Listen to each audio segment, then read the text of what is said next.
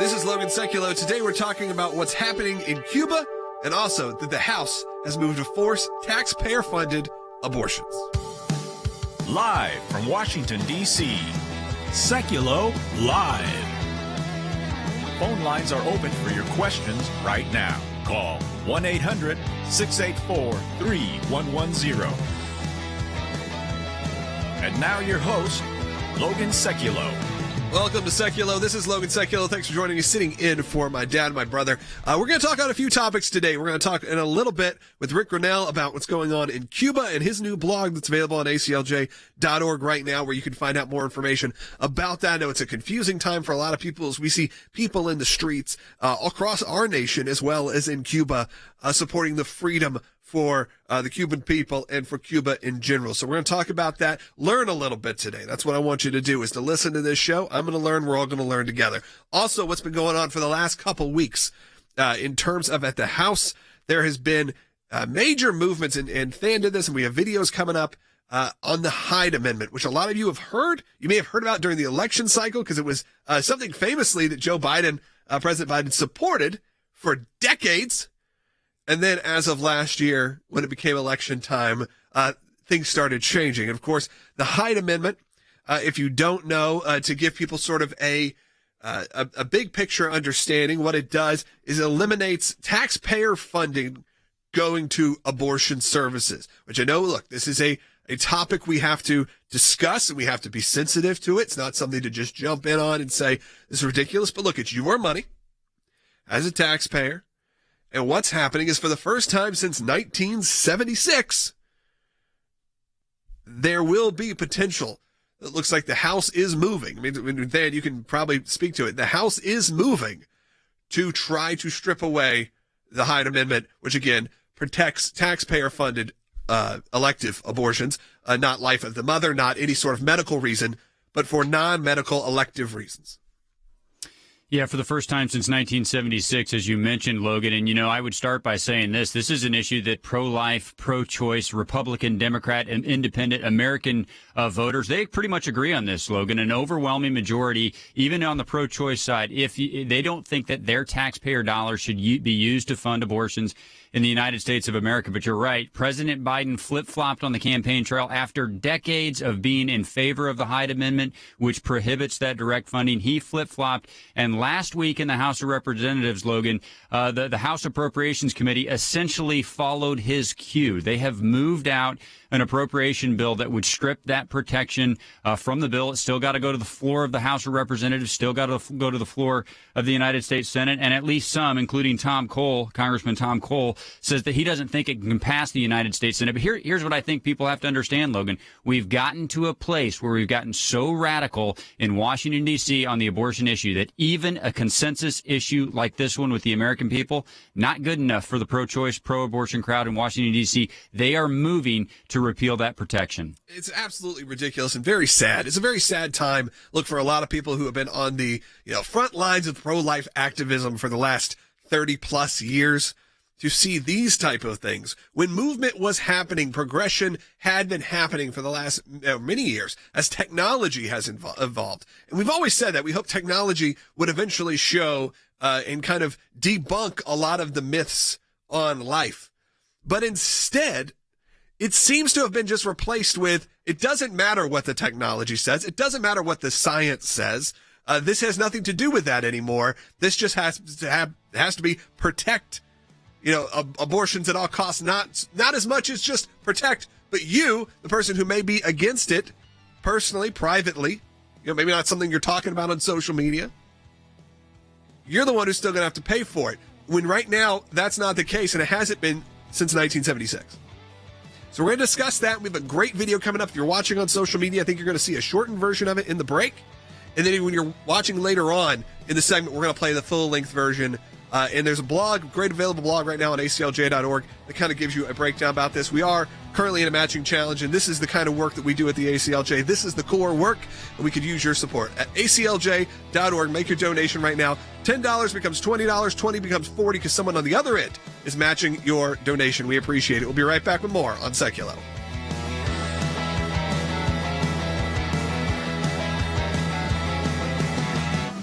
Our God-given freedoms are life, liberty, and the pursuit of happiness. Protecting life is not and should not be a partisan issue. That culture and value of life is under attack.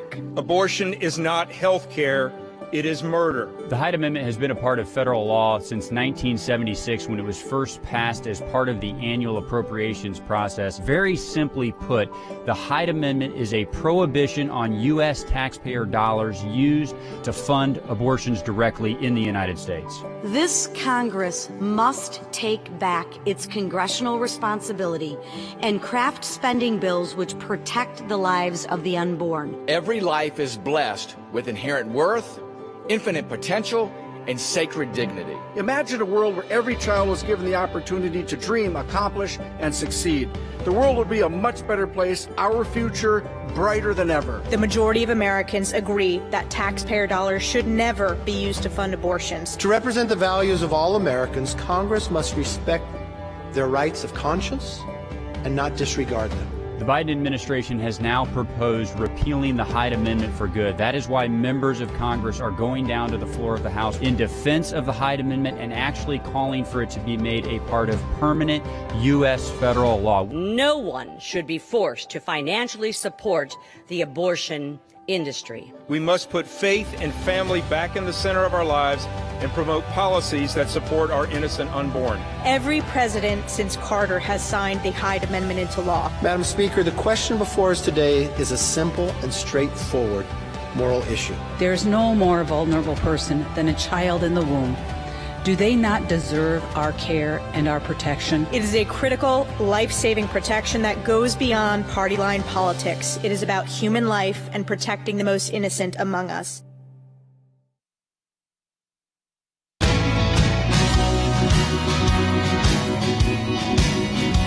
Welcome back to Sekulow. We are talking about the current move in the House to remove the Hyde Amendment, a piece that has been in place for, at this point, going on close to 50 years, 45-ish years. This has been in existence that essentially stopped taxpayer-funded abortions. Look, we know it's a sensitive topic.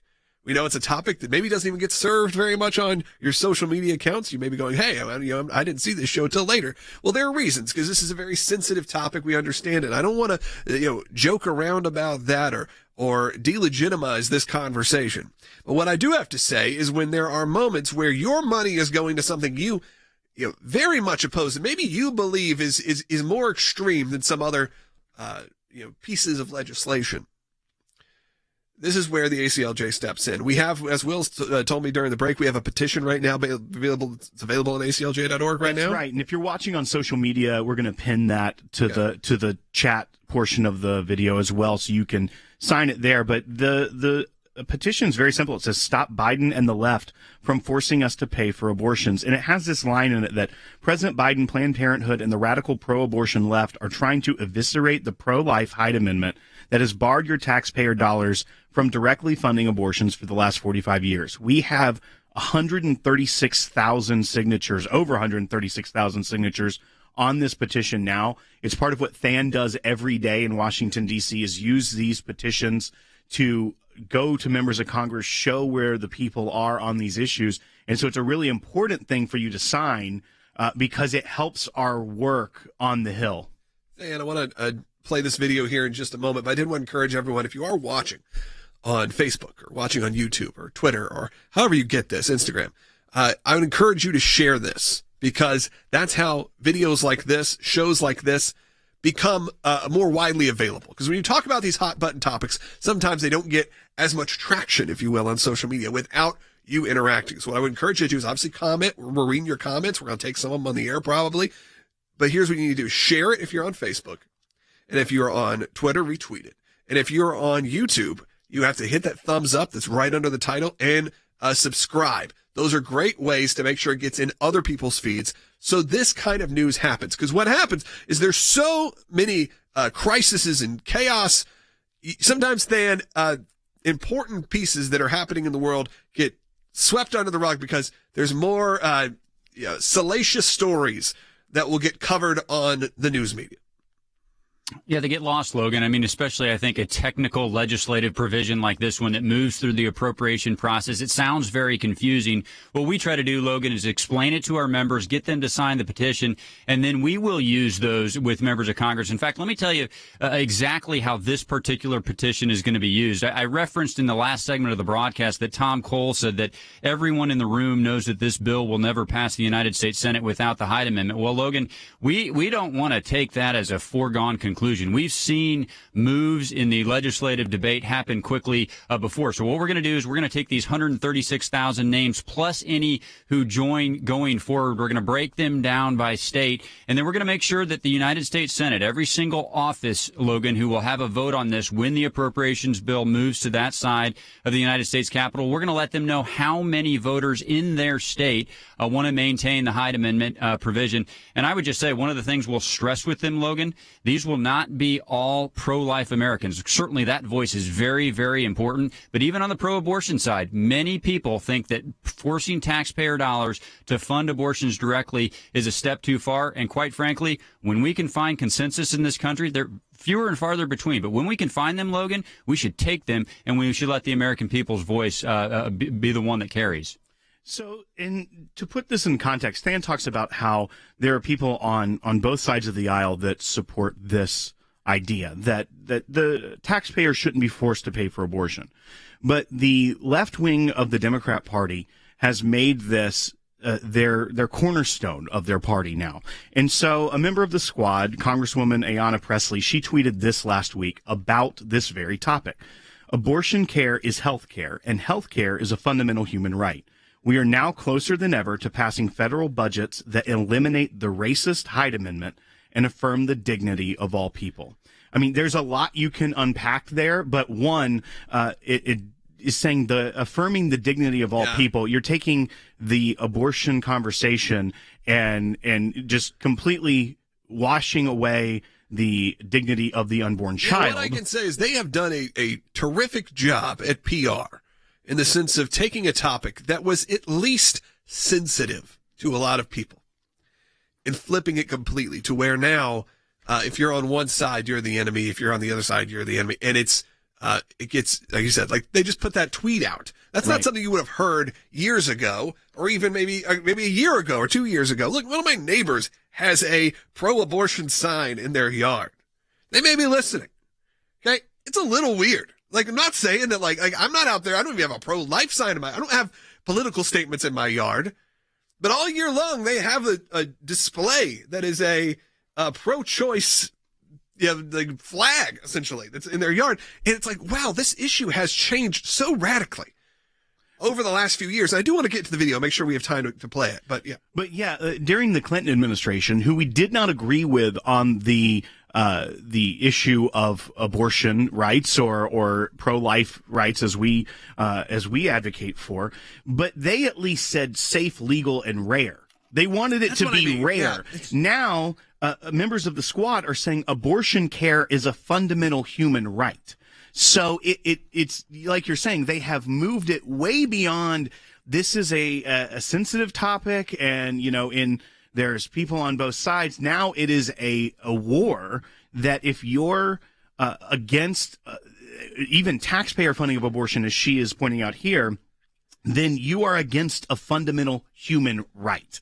So it's taken it to a much further extreme than it ever has been. All right, I'm going to play this video. This is done by our excellent team here, the digital team and video team, and everyone who put this piece together here in our media center.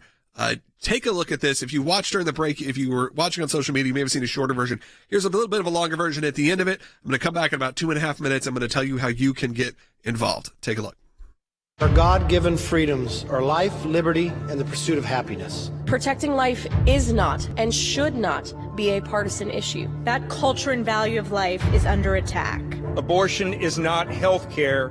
It is murder. The Hyde Amendment has been a part of federal law since 1976 when it was first passed as part of the annual appropriations process. Very simply put, the Hyde Amendment is a prohibition on U.S. taxpayer dollars used to fund abortions directly in the United States. This Congress must take back its congressional responsibility and craft spending bills which protect the lives of the unborn. Every life is blessed with inherent worth, infinite potential, and sacred dignity. Imagine a world where every child was given the opportunity to dream, accomplish, and succeed. The world would be a much better place, our future brighter than ever. The majority of Americans agree that taxpayer dollars should never be used to fund abortions. To represent the values of all Americans, Congress must respect their rights of conscience and not disregard them. The Biden administration has now proposed repealing the Hyde Amendment for good. That is why members of Congress are going down to the floor of the House in defense of the Hyde Amendment and actually calling for it to be made a part of permanent U.S. federal law. No one should be forced to financially support the abortion industry. We must put faith and family back in the center of our lives and promote policies that support our innocent unborn. Every president since Carter has signed the Hyde Amendment into law. Madam Speaker, the question before us today is a simple and straightforward moral issue. There is no more vulnerable person than a child in the womb.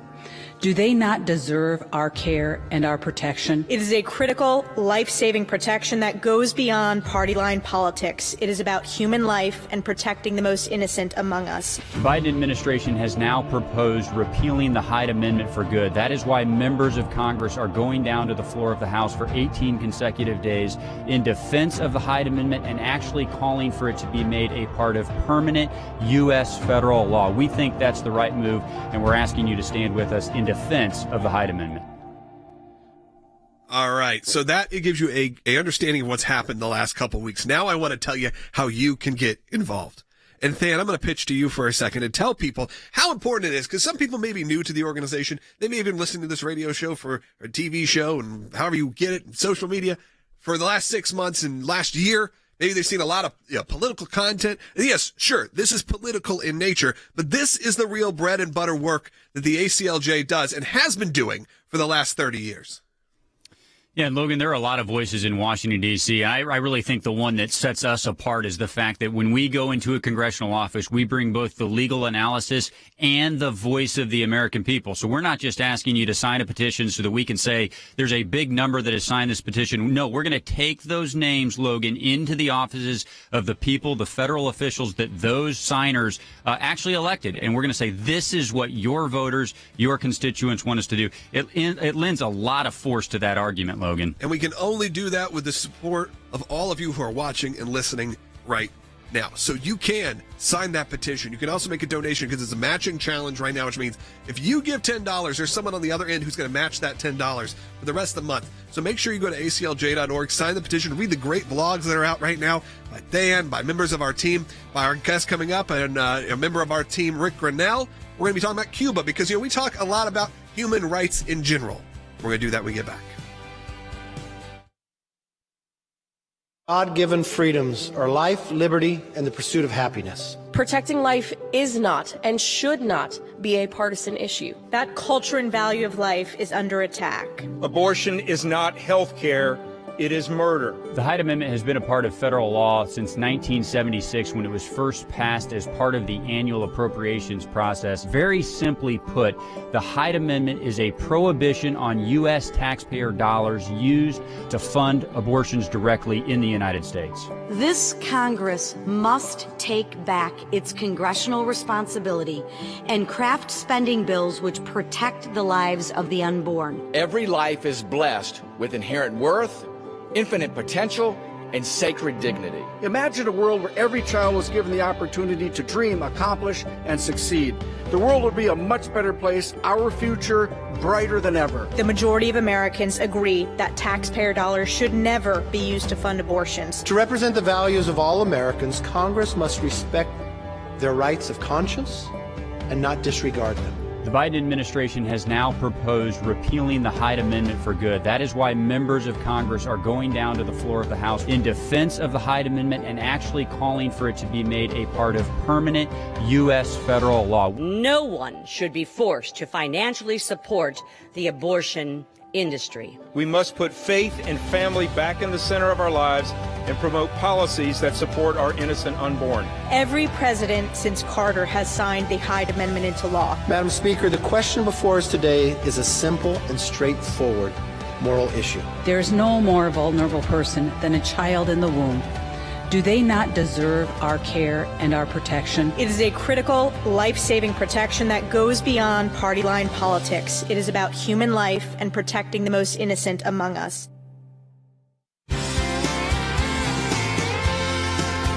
Welcome back to Sekulow. We're excited to have our frequent contributor to this show and Senior Advisor at the ACLJ for National Security and Foreign Policy, Rick Grenell. Rick, thanks for joining us. You have a new blog that's up on ACLJ.org specifically talking about what's going on in Cuba. And I think there is a lot of misunderstanding. There's a lot of confusion of what's happening in Cuba and how that relates to what's happening even in the streets of America. As we saw over the weekend, there were protests and demonstrations, I guess more would you say, throughout the streets of America with people supporting the freedom of Cuba. We saw a protest in front of the White House where they were flying Cuban flags, American flags, Trump flags. It was an interesting display to see.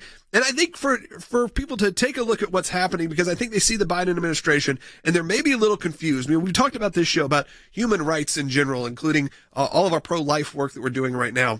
Well, I think that also relates to things like this and what's happening in Cuba, and that it doesn't seem like our support is as strong as it should be for the people when we've all known for decades that it's been a rough situation there. It's such a good point, Logan. It's great to be with you today. Look, I think that something has happened over the last couple of days. And when you talk about our reaction hasn't been as good as it should have been, it really means that the U.S. government's reaction hasn't been very good. Because I've noticed something different when it comes to the people of the United States, in that the issue of Cuba, freedom, anti-fascism, anti-socialism has just become an issue for all of America, not just South Florida. And from my lifetime, I've really seen this change. Usually when something happens in Cuba where the communist government cracks down on its people, this is largely a Miami issue. South Florida, maybe Florida politics. But what we've seen, as you rightly pointed out, is protests at the White House in our major cities across America. And I think the reason is that people are feeling like they're seeing the signs that the government, the media, big tech here in the United States are beginning to collude against them. And that feels like early warning signs of socialism and fascism. Yeah, absolutely. And I think that is a concern for everyone and for a lot of people. This is, like you said, this isn't necessarily even a right or left situation. Now, obviously, for some reason, it does seem that way from a government point of view, from a political point of view, Will, that the discussion seems to be, again, as everything has to be, it seems like right now, a party line. And I watched videos of college campuses with kids trying to explain why they were asking, why is there American flag flying? And they, in the Cuba protests, and they're saying things like, well, they just don't know any better of the, the atrocities that flag stands for. And we all know the best. There are people who just don't get it, but you're right. I mean, there are these demonstrations happening, not just like in South Florida. My friend was in one in Charlotte, North Carolina. This is happening everywhere. Well, and one question I had for you, Rick, was the far left of the Democrat Party has been able to affect the policy of the Biden administration very effectively. They are able to ensure that their far left policies are the ones that are promoted and end up becoming the administration's policies.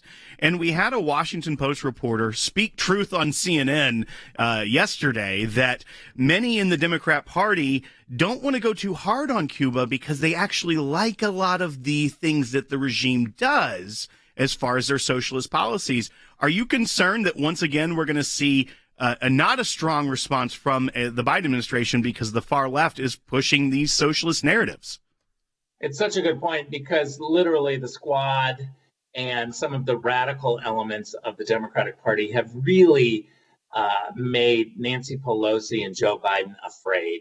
They're afraid to step out and do the right thing. We used to always just innately be against communism and socialism. And Joe Biden gave that great line last week where he said, yes, communism is bad, socialism is bad. Most people were surprised. And in the Democratic Party, they were a little bit annoyed that he was being so clear. I was happy to see him say it, but I was puzzled as to why it took him so long. I think that the Democratic Party is really in danger right now, as I was saying, that this is beyond a Florida issue of permeating into immigrants. You ask yourself why first and second generation Americans were so for the Republicans and Trump last time, like never before. It's because they left totalitarianism, fascism, socialism. They know the early warning signs. They see it here with the Democratic Party. They're very concerned about it. And I think that the Biden team is overcalculating that this is just a Florida issue. The Democrats have given up on Florida, and they've written it off towards Republicans. And when they see the Cuba issue, they chalk it up to, well, let's just ignore it because it's just a Florida-centric issue. They're missing that it's not. It's a first and second generation American issue yearning for freedom and liberty. Yeah, this is an uprising of people that we really had hoped and dreamed would happen at one point in Cuba and then also in our own streets. And you brought up in your blog that, in 2009, when there was the Green Revolution in Iran, that there was also sort of a soft response to what happened with the Obama administration. Now you're talking about Cuba, which is not, across the ocean and the other side of the planet. Maybe the Americans can kind of disassociate with it. You're talking about Cuba, which has been our neighbor, not necessarily a neighbor that we are connected with, but has been as close to America as practically you can get. And we have hoped and dreamed for a day when those, relations could be better. And now it's finally looking like something is happening. Progression is moving and the people are taking control, and we, kind of return in silence. I'm missing it. Yeah, the Obama-Biden team in 2009 missed the Green Revolution going on in Tehran. They really missed the Arab Spring moments. And I don't mean to send U.S. troops. I mean, that seems to always be the default position. But there are ways that we can help, like making sure that the people have access to the internet so that they can talk amongst themselves and coordinate a response. Having them being able to communicate is certainly one big thing. But I think what we're seeing now is Iranian Americans, Chinese Americans. There are a whole bunch of people who are watching what's happening in Cuba and sensing that the Democrats keep missing these big moments in other countries when people are yearning for freedom. And so the Cuba situation is just a reminder to a whole bunch of other people that the Democrats have really failed to represent them. That's right. And thank you, Rick. As a Christian organization, as a conservative, leaning amount of people that are on this show and who you hear from, these are issues that are, we are human rights issues that we're going to always talk about here at the ACLJ. You may not hear this kind of point of view from a lot of places that comes at it with a more humanitarian style. You may hear something that's more aggressive and more intense, and you may go, yeah, that's not really for what we do. That's what we do here. We spent the first half hour talking about what was going on with the Hyde Amendment, how you can help, how you can sign the petitions and get involved because they're trying to take your taxpayer money and fund abortions. In the converse, we're going to talk about what's happening in Cuba because these are humanitarian crises, and we're going to get involved wherever we can. And that's what we do here at the ACLJ. We support people. We support human rights. And you can get involved as well. Go to aclj.org, sign the petitions, make a donation. It's part of your matching challenge. Read all the great blogs. Rick's got this great blog that's available right now. And you can do that right now. Also, while you're at it, we've got some phone lines open. I haven't said that all show, but I want to hear from you. We can talk about the Hyde Amendment. We can talk about Cuba. Give us a call, 1-800-684-3110. That's 1-800-684-3110. We'll be right back with more on Sekulow.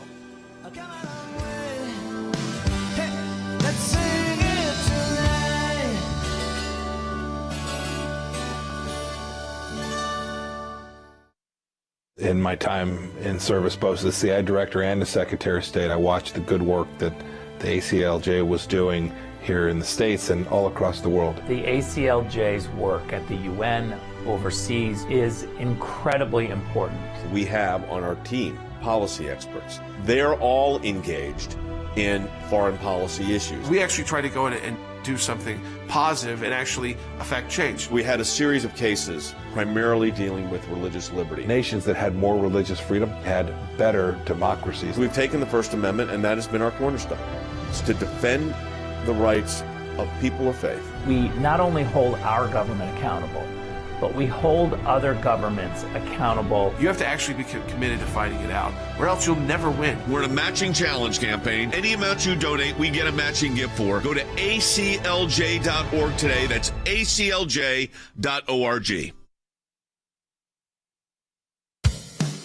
Live from Washington, D.C., Sekulow Live.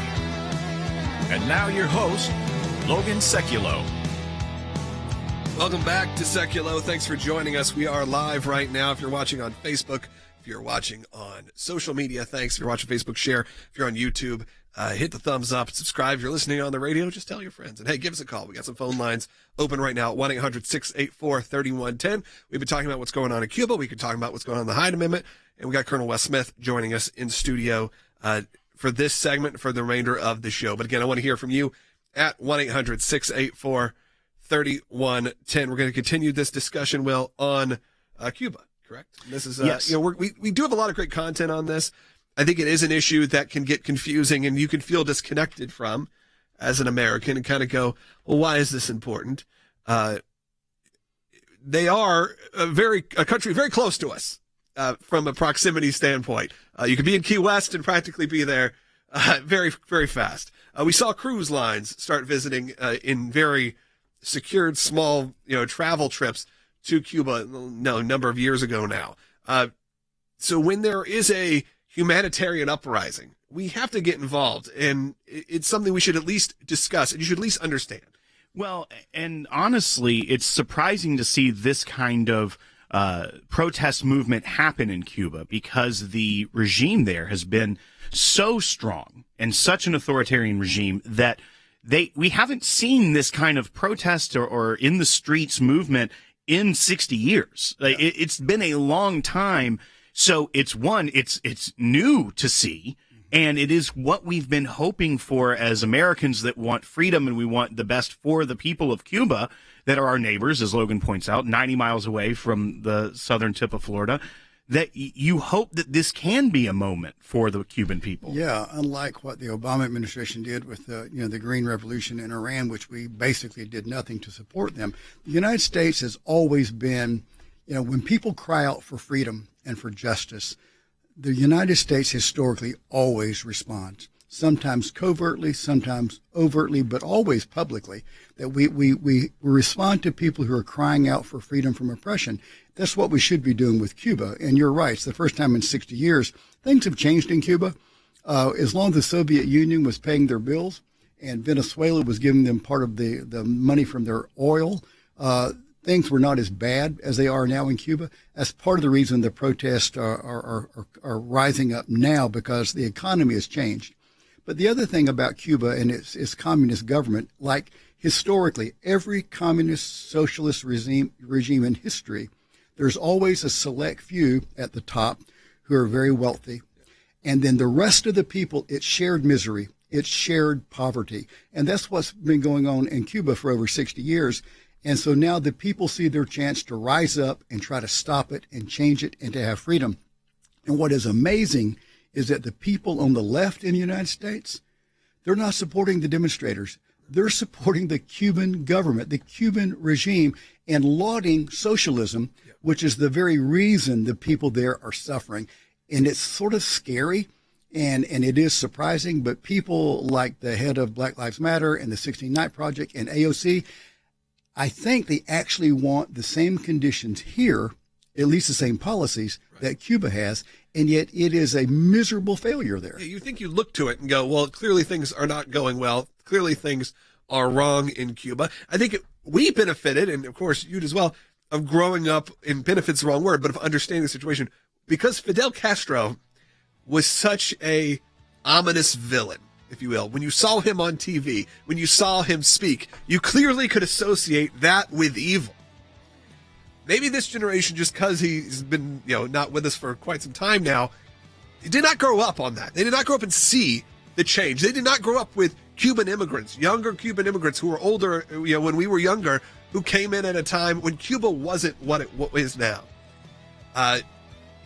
Talk to your friends, talk to people around you, get a little bit more cultured onto what all went on, and don't just, like you said, accept, oh, there's probably some good stuff they do there. Bernie Sanders, oh yeah, there's good things that happened in Cuba. So hey, we'll be back. I'm going to take some of your calls coming up on this, as well as on the Hyde Amendment. We're going to have Wes Smith, we're going to have some others. ACLJ.org. Support the work. We're in the matching challenge right now. Again, every donation you make is doubled. We appreciate it. A week ago, a wave of protests hit 40 Cuban cities, the biggest in decades. People are calling for liberty, freedom, and down with the dictatorship.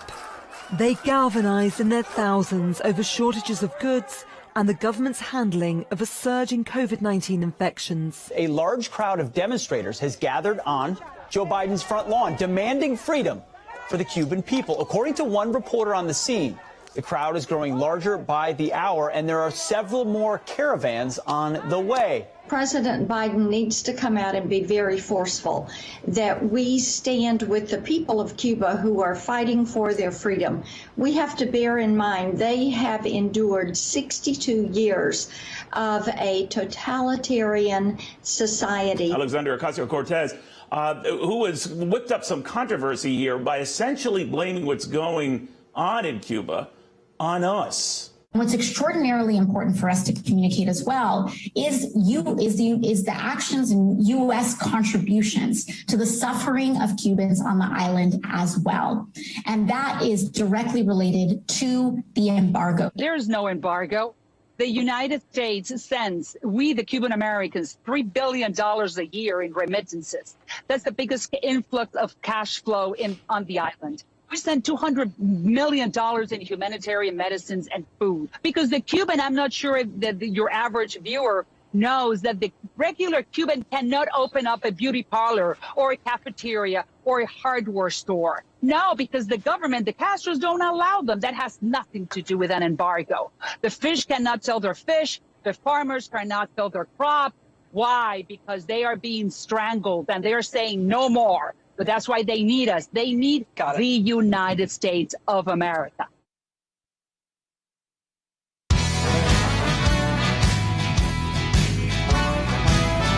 Welcome back to Sekulow. We're going to continue discussion on Cuba, but first I want to take some phone calls. Some of you guys have been holding for a while now, specifically about what we talked about in the first quarter of the show, which was the Hyde Amendment and the potential removal of the Hyde Amendment, which means taxpayer funding for elective abortions. This isn't life of the mother. This isn't medical reasons. This is for elective nature abortions. Obviously, for those, we understand the medical specifics.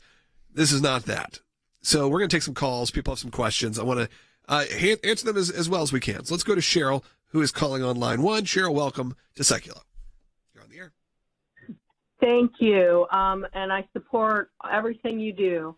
Thank you. My question is, I remember when President Trump first was in office, he had to negotiate to get the bill passed to upgrade the military, and he provided what I thought was money for Planned Parenthood. So my understanding is, isn't Planned Parenthood already getting tax dollars? Yeah, this is where things get moved around. It is a little bit, like we've discussed the defunding of Planned Parenthood many times.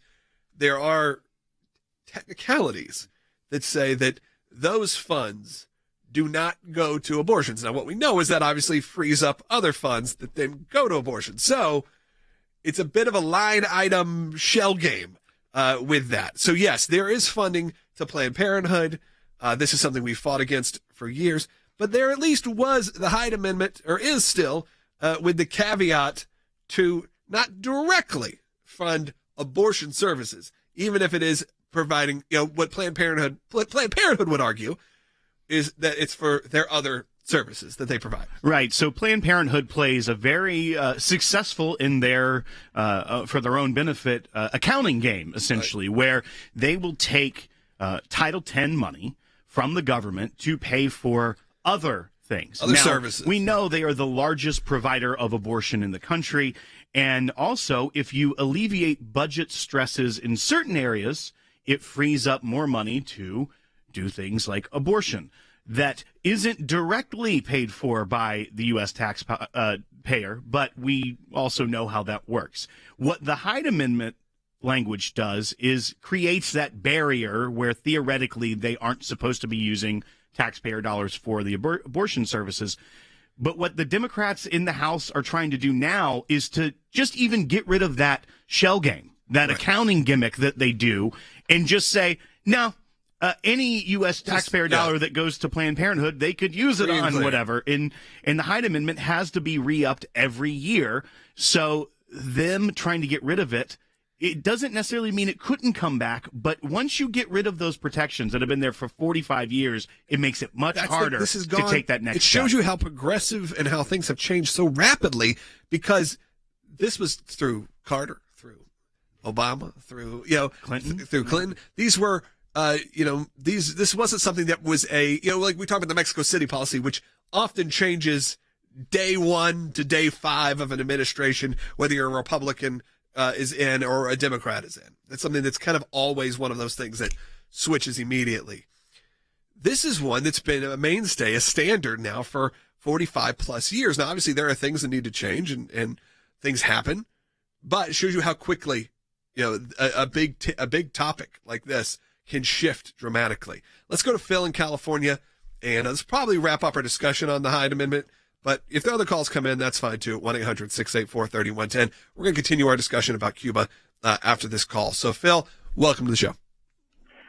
Thank you. I would like to know what the Hyde Amendment amends. I mean, if the Hyde Amendment is an amendment to the Constitution, are they trying to do away with a piece of the Constitution?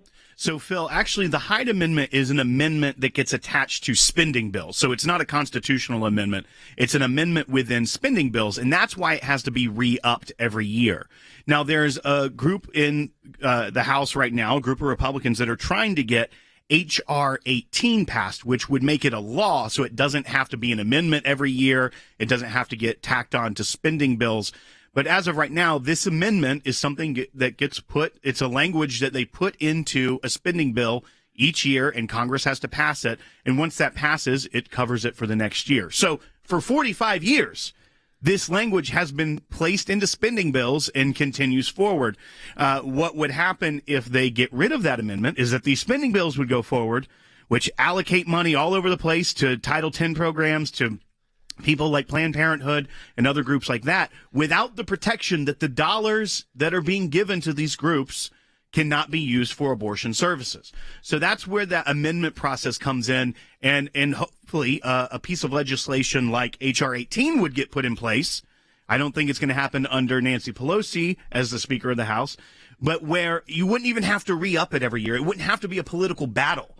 We can just say, you know what? We agree. This is law. The United States is not going to be using taxpayer dollars to fund abortion. Yeah, and that's why we have the work at the ACLJ to try to secure those kind of things, to go for the wins for all of those with pro-life feelings in their soul, in their heart. They know this is something that's important to them, and they don't want their own money being spent for. And I know, look, that's a tough topic, again, to discuss. It's not something we jump at or take lightly here at the ACLJ. So check out aclj.org, read more information. We're going to move back a little bit to what we're talking about with Cuba. Will, Rick brought up that though the Biden administration may be quiet on Cuba, or maybe originally said, well, this is because of vaccines and this is because of COVID, and not taking responsibility for really what's happening, or really even bringing it up in the discussion, we are seeing not only people obviously in the streets, we're seeing news outlets also responding in maybe ways that are unexpected, if you will, when it comes to whether this issue is quite,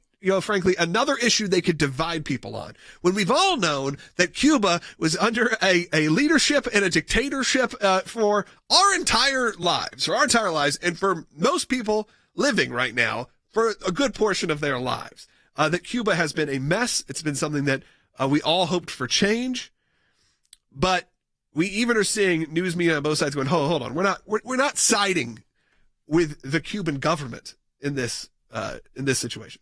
So there was an interesting moment of truth on CNN yesterday, and this was, they had a Washington Post reporter, so this is kind of a double whammy for our audience. We have a Washington Post reporter on a CNN show talking about the Cuba situation, and he had a really interesting insight of why we're not maybe seeing as strong of a response from the left wing of the Democratic Party than we would have, say, even 10, 15 years ago. I feel like this would have been a moment 10 or 15 years ago where people had been like, oh my goodness, this is great for the Cuban people. But take a listen to bite one at what this reporter had to say about what's going on in Cuba.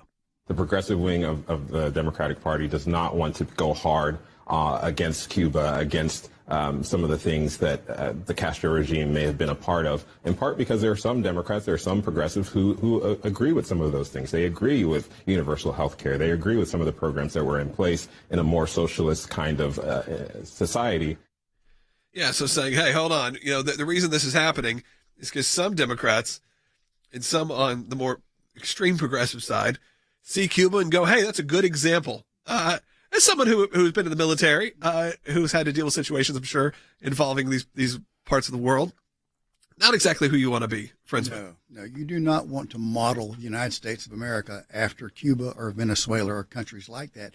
It reflects, I don't know, a bias maybe, but maybe some naivete. I mean, people, I guess the old adage, people believe what they want to believe. If AOC and the far left wants to believe this, they can, but it's crazy. The Cuban people have suffered for over 60 years under an oppressive regime with secret police, prisons, summary executions, and lots of need. And right now the need is super, super great. Cubans right now stand in line for hours in order to buy groceries. They cannot find the medical care that was promised to them under the present regime. I mean, it is a bad, dire situation, which is why they are rising up in the streets and showing great courage in doing so to do that. The government's response there is to send out what they call the Ready Reaction Brigades and volunteers, other civilians from the Communist Party who carry big sticks, basically baseball bats, to beat the demonstrators. That's their response to this, as well as cutting off the internet and selectively cutting off people's phone service. Of course, in Cuba, in addition to all the other financial and food needs and that kind of thing, they have rolling blackouts. They don't have enough electricity, and it's a horrible place to live right now. And the people have absolutely had enough. And there are things the United States can do, Logan.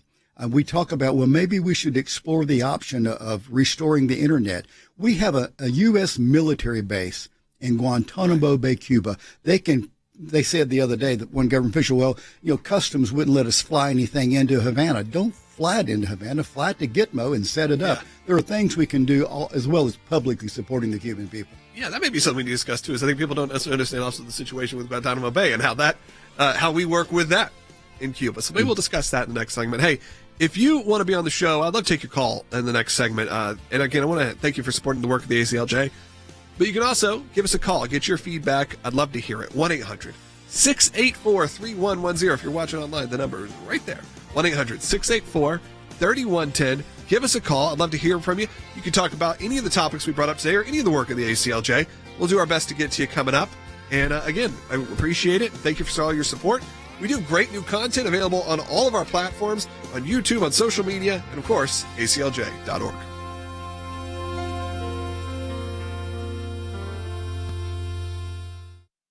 For 30 years, the American Center for Law and Justice has been dedicated to protecting your religious and constitutional freedoms. Because of you, we've seen great success in the courts and Congress concerning the issues that matter most to you and your families. ACLJ Chief Counsel Jay Sekulow. Our decades-long commitment to the Constitution and the rule of law is at the center of everything we do. The bottom line, our work could not take place without your generous support. It's a critical time for our nation and our world. With so many challenges facing our country, the work of the American Center for Law and Justice has never been more important.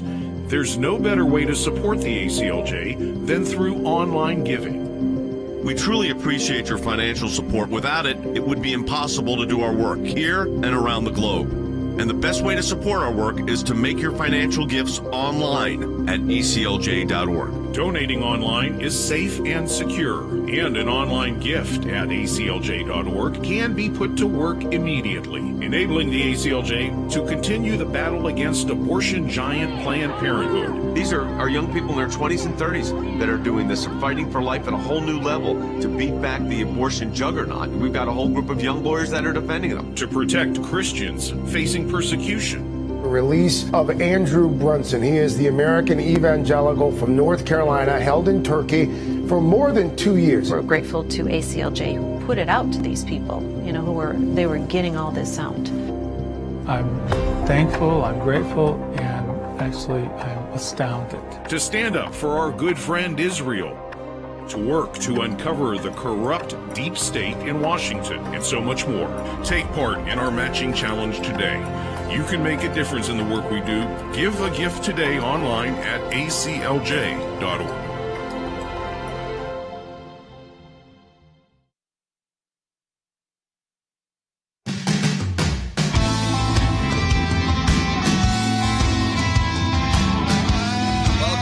Sekulow, last segment of the day. If you want to give us a call, 1-800-684-3110.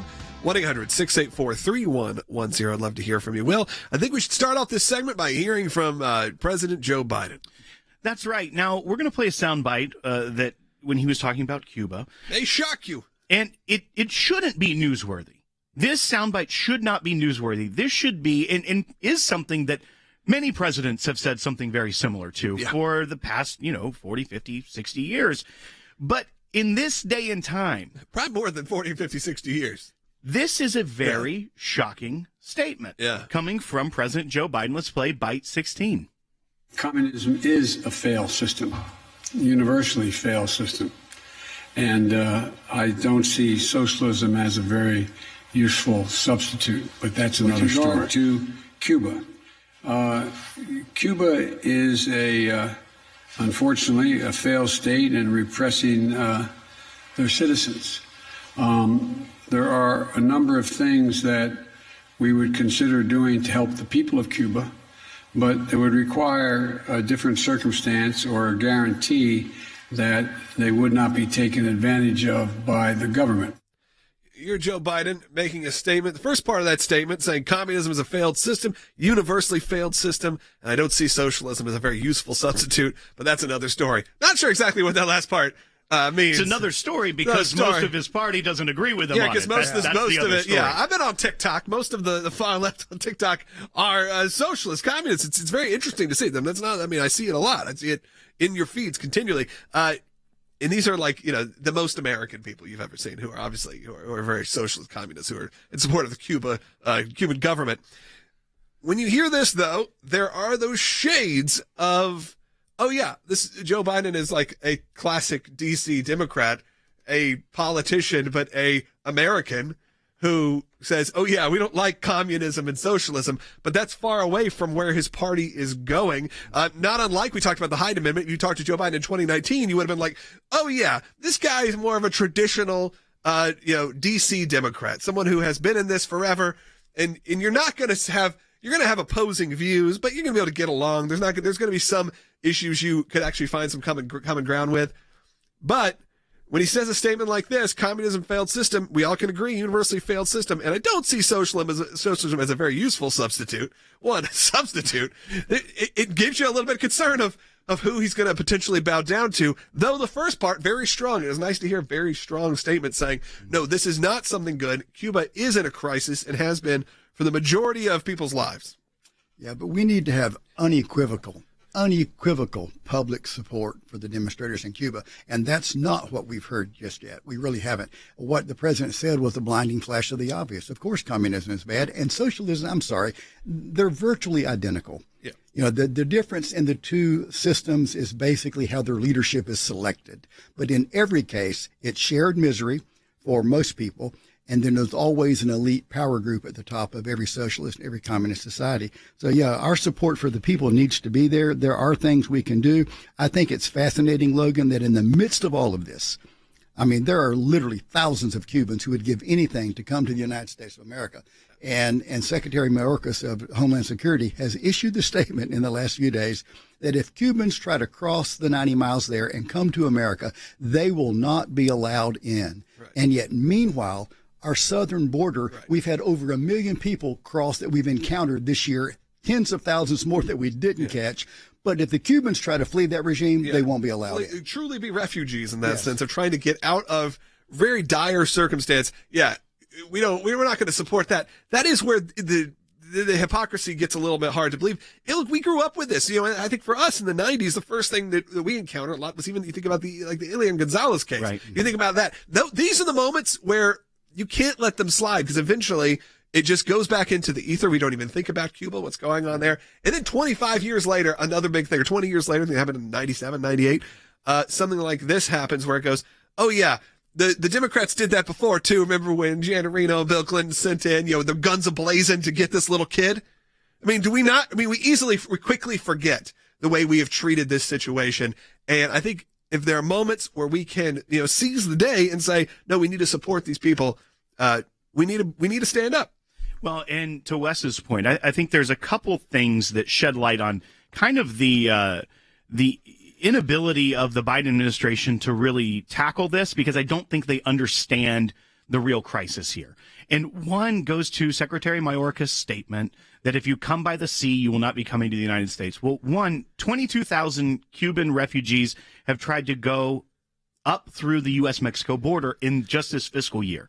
Now, we think that they probably have a pretty legitimate refugee claim if they were to make it to the United States. There's a legal process for that. If we weren't having 188,000 border encounters just last month, over 1 million in the last fiscal year, they may be able to handle a caseload of 22,000 Cubans using the legal system, claiming refugee status through the border. But instead, that crisis continues to grow. It's unchecked, and so they can't help legitimate refugee claims. Second, this happened right after news of the uprisings and the protest in Cuba happened. This is from the Acting Assistant Secretary of U.S. Department of State's Bureau of Western Hemisphere Affairs. This is Julie Chung. She tweeted out, "Peaceful protests are growing in #Cuba as the Cuban people exercise their right to peaceful assembly to express concern about rising COVID cases and deaths and medical shortages. We commend the numerous efforts of the Cuban people mobilizing donations to help neighbors in need." Now, she quickly had to change the language and come back with something stronger, but it shows that this acting assistant secretary doesn't really have any idea what the reality on the ground is in Cuba. They don't have the right in Cuba to peacefully assemble. This hasn't happened in 60 years because the regime puts down protests. So the fact that someone that's an assistant secretary of state is able to make a statement like this and put it out on Twitter is absurd. It shows that the administration doesn't know what's going on in these failed socialist countries. Yeah, and there are no signs down there saying end the embargo. Because the reason we have an embargo, we're trying to deny the regime the ability to oppress their people. Right. There's no signs in the embargo. There's no signs about COVID or vaccines. There are thousands of American flags flying in these demonstrators. When they fly the American flag and they cry out freedom, that's what's going on there. Yeah. It's a symbol of hope and freedom across the world, not just for America. And you're seeing that not only the streets of America in support of Cuba, you're seeing that in Cuba. Look, I want to tell you all, we got a minute left. I want to thank you for supporting the work of the ACLJ. I want to thank you for listening to this show. We'll be back tomorrow. But in the meantime, if you're like, I need more content, first I want to encourage you, if you're watching on social media, thousands of you are, to share this. If you're on Facebook, click the share button. If you're on Twitter, retweet. If you're on Instagram, share it. If you're on YouTube, what you can do is subscribe and also hit that thumbs up. That gets it into more people's feeds. Obviously, share the links. Tell people about the organization. Follow us on all social media, so make sure you're liking the pages of myself, Logan Sekulow. You'll have a little more fun there. It's like I post fun content. My brother, my dad, Jay Sekulow, Jordan Sekulow, the ACLJ. Again, we are in the middle of a matching challenge, and that means for the month of July, any donation you make, from $5 to $10, $20, $30, it gets doubled because it gets matched by another ACLJ member on the other end who said, hey, hey, if somebody in the month of July gives $20, I'll be there and I will give a $20. That all of a sudden becomes $40.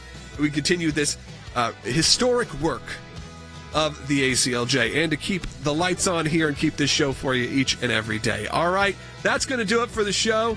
We'll be back tomorrow. Thank you all for watching and listening. See you tomorrow.